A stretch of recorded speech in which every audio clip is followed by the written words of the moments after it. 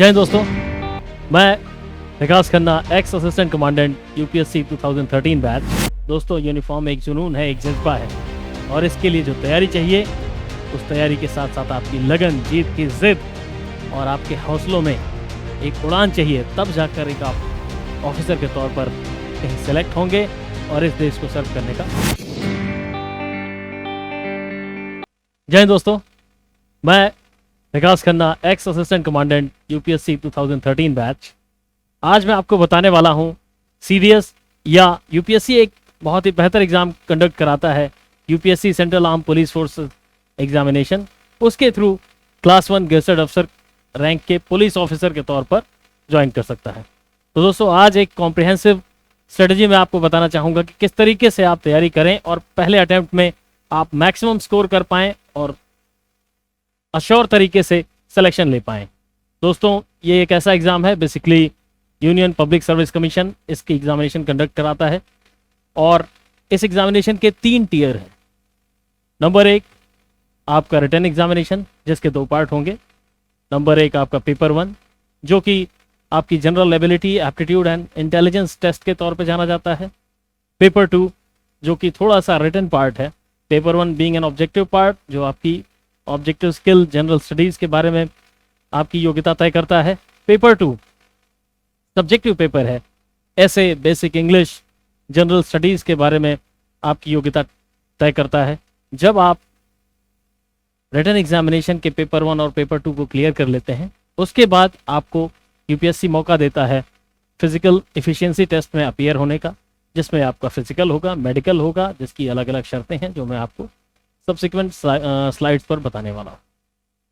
दोस्तों, जब आप फिजिकल एंड मेडिकल क्वालिफाई कर जाएंगे, उसके बाद यूपीएससी का पैनल, वो पैनल जो इस देश की सबसे प्रीमियर सर्विसेज को सेलेक्ट करता है, जो आईएएस कैंडिडेट्स का एग्जाम लेता है, इंटरव्यू लेता है, the same panel will be taking your personal interviews and they will be granting you the authority to join this force, to join the central arm police forces, अलग अलग services में। दोस्तों, CISF, SSB, ITBP, CRPF, BSF, इन service cadres में assistant commandant की rank पर serve करने का मौका देगा। दोस्तों, यूनिफॉर्म एक जुनून है, एक जज्बा है, और इसके लिए जो तैयारी चाहिए, उस तैयारी के साथ साथ आपकी लगन, जीत की जिद और आपके हौसलों में एक उड़ान चाहिए। तब जाकर एक आप ऑफिसर के तौर पर कहीं सेलेक्ट होंगे और इस देश को सर्व करने का मौका पाएंगे।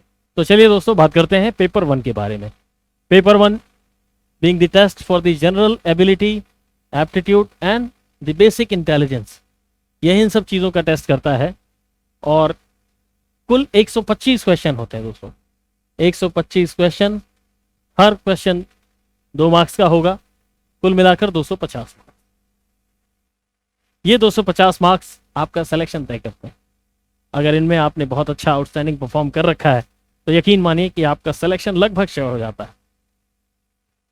दोस्तों, एक बात और, यह एग्ज़ाम नेगेटिव मार्किंग भी देता है। अगर आपके कुछ सवाल गलत होते हैं तो उसके एवज में नेगेटिव, आपके मार्क्स नेगेटिवली कट होंगे 1/3 के रेशियो में। तो ये रही बेसिक स्ट्रेटजी। अब आपको बताते हैं किन एरियाज में किस तरीके से फोकस करना है।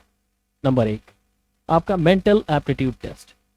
दोस्तों, पेपर 1 में कुछ सवाल ऐसे होंगे जो बेसिक अर्थमेटिक्स से होंगे, बहुत बेसिक लेवल के, 10वीं तक के क्वेश्चन ही पूछे जाते हैं बेसिक अर्थमेटिक में। तो बहुत ज़्यादा आपको चिंता की ज़रूरत नहीं है, आपको बहुत ज़्यादा ट्रिग्नोमेट्री, कैलकुलस इस सब में इन्वॉल्व होने की ज़रूरत नहीं है, बेसिक लेवल के क्वेश्चन होंगे। Number 2 logical reasoning. आपको देखना होगा कि आपकी लॉजिकल रीजनिंग में आपके नंबर ना कटें। ये बेसिक समझ वाले सवाल होते हैं, बहुत ईजी, लगभग 20 से 25 क्वेश्चन आपके मेंटल एप्टीट्यूड वाले सेक्शन से होते हैं। तो अगर आपने इनमें अच्छा कर लिया तो यकीन मानिए आप बहुत अच्छा स्कोर कर पाएंगे। Number 3 visual comprehension, when pie chart, diagram. तो बेसिकली आपकी समझ टेस्ट करना चाहते हैं कि आप किसी वेन डायग्राम को, किसी पाई चार्ट को देखकर कितना कुछ इंटरप्रेट कर पाते हैं, जिसको हम बेसिकली डेटा इंटरप्रिटेशन कहते हैं। तो डीआई में आप बेहतर स्कोर कर सकते हैं और ये आपकी मेंटल एप्टीट्यूड को दर्शाएगा, आपकी बेसिक रीजनिंग किस तरीके की है ये। तो चलिए आगे बात करते हैं। जो दूसरा मेन फोकस पॉइंट होता है वो है आपका करंट अफेयर। दोस्तों करंट अफेयर आजकल किसी भी एग्जाम का बहुत इंटीग्रल पार्ट हो रखा है, और अगर आपने करंट अफेयर्स पे अच्छा ध्यान दे दिया तो यकीन मानिए कि अगर आप डेली अपडेटेड हैं न्यूज़पेपर से, आपने हर महीने एक मैगजीन फॉलो की है, तो यकीन मानिए कि आप बेहतर स्कोर कर पाएंगे करंट अफेयर्स में। करंट अफेयर में बेसिकली आपको किन चीज़ों पर स्पेशल अटेंशन रखना है, उनमें से एक, जो भी अवार्ड इस साल दिए गए, स्पोर्ट्स एक्टिविटीज़, इंडिया का परफॉर्मेंस, बेसिकली आपका फोकस इंडिया का रहना चाहिए। नंबर 2, बुक्स और किस तरीके से उनके ऑथर्स कौन है, आपको ध्यान देना पड़ेगा, थोड़ा सा ट्रेंडिंग टॉपिक्स में देखना पड़ेगा कि कौन सी बुक चर्चा में है, लाइमलाइट में है।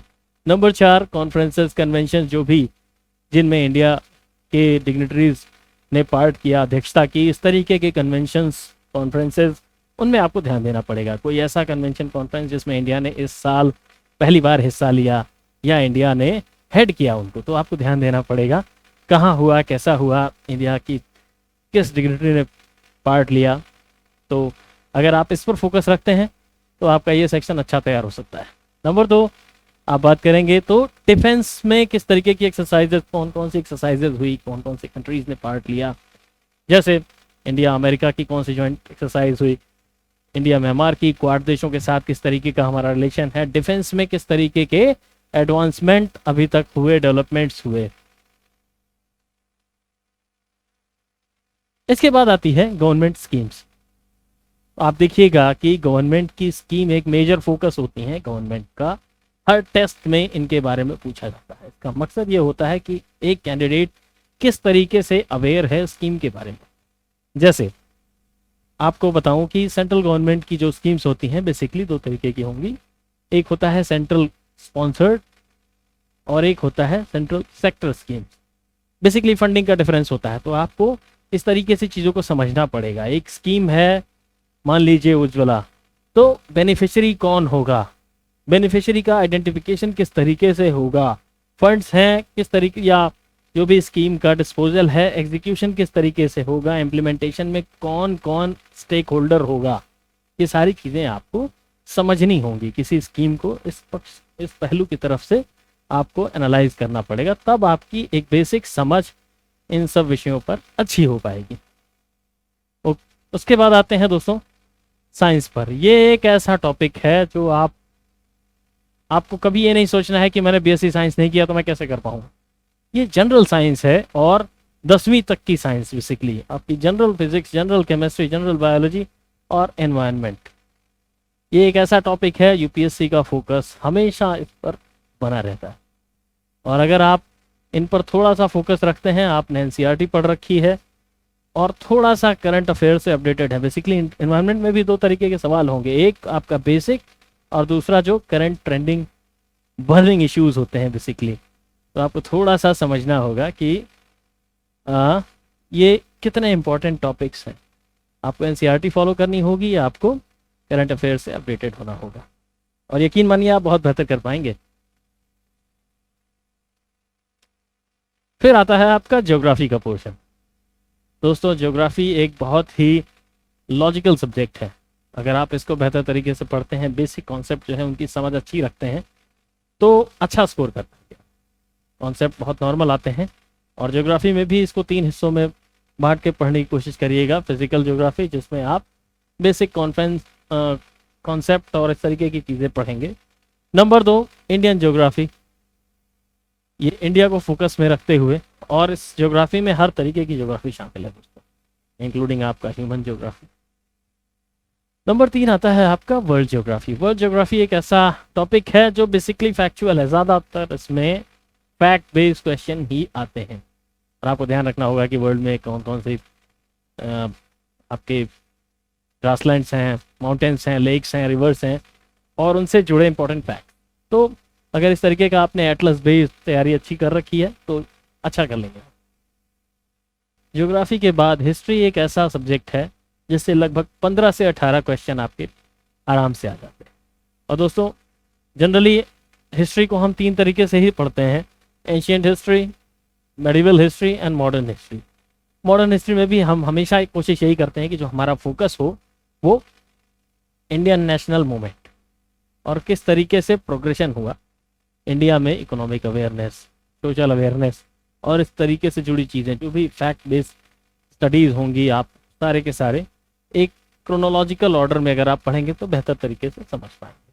एक मेजर टॉपिक आपका छूट जाता है, वो है आपका इंडिया आफ्टर इंडिपेंडेंस। ये एक ऐसा टॉपिक है जो हम कई बार नेग्लेक्ट कर देते हैं, हम इसे पॉलिटी का समझ लेते हैं, पर आप थोड़ा सा इसको हिस्ट्री से जोड़ के देखिएगा। तुरंत 1857 से लेके 1947 और 1947 जो आप ड्रास्टिक चेंजेस देखेंगे उसको भी कोशिश करिएगा यहाँ पर आप रिलेट करके पढ़ सकें, तो मेरे ख्याल से हिस्ट्री की अच्छी समझ हो जाएगी। और अगर आपका फोकस इंडियन नेशनल मूवमेंट पर रहता है अच्छा, तो आप अच्छा कर लेंगे। उसके बाद आते हैं पॉलिटी पर। Polity being a very comprehensive subject, और इसकी बाइबल आपका इंडियन कॉन्स्टिट्यूशन है। आपने अगर इंडियन कॉन्स्टिट्यूशन को, उसके रेलेवेंट चैप्टर्स को बहुत अच्छे से पढ़ लिया तो यकीन मानिए आप इसमें बहुत अच्छा कर पाएंगे, क्योंकि तब आप एक बेहतर तरीके से इंडियन पॉलिटिकल सिस्टम समझ पाएंगे, इंडियन सोसाइटी समझ पाएंगे कि किस कंटेक्स्ट में किस तरीके से इवोल्यूशन हुआ कॉन्सेप्ट का। तब जाकर इंडियन कॉन्स्टिट्यूशन लिखा, बहुत डिबेट एंड डिस्कशंस के बाद में कई सिस्टम्स को पढ़ा गया और बहुत ही समझदार लोग थे जिन्होंने इस डिबेट में हिस्सा लिया। तब जाकर आपका इंडियन कॉन्स्टिट्यूशन इस शेप एंड स्ट्रक्चर में आया जैसा वो आज है। फिर आप इंडियन पॉलिटी का गवर्नेंस सिस्टम उसको जानें। इंडियन कॉन्स्टिट्यूशन डिटेल्ड स्टडी करिए हर सेक्शन का। फंडामेंटल राइट्स हैं तो आपको फंडामेंटल राइट्स आपको आपके टिप्स पर होने चाहिए। फंडामेंटल ड्यूटीज़ आपको पता होनी चाहिए, डीपीएसपीज आपको पता होनी चाहिए। इंडियन गवर्नेंस से जुड़े जो भी आर्टिकल्स हैं उसके बारे में आपको पता होना चाहिए। इमरजेंसी प्रोविजंस के बारे में आपको पता होना चाहिए। अगर इस तरीके से आपने पढ़ रखा है, सेक्टर्स में बांट रखा है, तो आप अच्छा कर पाएंगे। फिर आते हैं कुछ इंपॉर्टेंट केसेस जिन्होंने इंडियन कॉन्स्टिट्यूशन को, इंडियन पॉलिटिकल सिस्टम को ड्रास्टिकली शेप किया, जैसे केशवानंद भारती बेसिक स्ट्रक्चर का कॉन्सेप्ट दिया, Golaknath case, Minerva mills case, Indira Sahni case और इस तरीके के तमाम केसेस जिन्होंने आगे नज़ीर पेश की। पॉलिटी के बाद दोस्तों फिर बात आती है इकोनॉमिक्स की। इकोनॉमिक्स रीजन बेस्ड सब्जेक्ट है। शुरू में आपको लगेगा कि नहीं ये उतना बहुत बोरिंग है या कुछ ऐसा है, पर आप जैसे जैसे इकोनॉमिक्स में अंदर डवेल करते जाएंगे आप पाएंगे कि एक एक टॉपिक एक बेहतर समझ दिलाता है, किस तरीके से एक दूसरे से चीज़ें इंटरलिंक्ड हैं सोसाइटी में। फाइनेंशियल इंस्टीट्यूशंस किस तरीके से इंडिया में हैं, कौन कौन सी एजेंसीज़ हैं जो कैसे कैसे रेगुलेशन प्लान करते हैं, मनी मार्केट किस तरीके का है, इन्फ्लेशन क्या है, एम्प्लॉयमेंट क्या है, अनएम्प्लॉयमेंट इन्फ्लेशन किस तरीके से जुड़ा हुआ है, एमपीसी मॉनेटरी पॉलिसी कमेटी किस तरीके की, मतलब आप एक बेहतर तरीके से इंडिया को समझ पाएंगे अगर इसके आर्थिक ढांचे को अच्छे से पढ़ें तो। सिमिलरली मैक्रो इकोनॉमिक्स, गरीबी, रोजगार, ये सारी चीज़ें, सर्विस सेक्टर, इस तरीके के जो भी आप हिस्सों में करके इकोनॉमिक्स को पढ़िए, previous year question paper solve कीजिए, तो आप बहुत बेहतर कर पाएंगे। बेसिकली ये 7 टॉपिक ऐसे हैं जो कुल मिलाकर आपके पेपर 1 का लगभग 90% पोर्शन कवर कर देते हैं। अगर आपने बेसिक अंडरस्टैंडिंग अच्छी रखी है कॉन्सेप्ट की, एनसीईआरटी को बहुत बेहतर पढ़ा है, तो यकीन मानिए कि आप बहुत अच्छा कर सकते हैं। इसी के साथ मैं आपके उज्जवल भविष्य की कामना करता हूँ। जय हिंद, वंदे मातरम।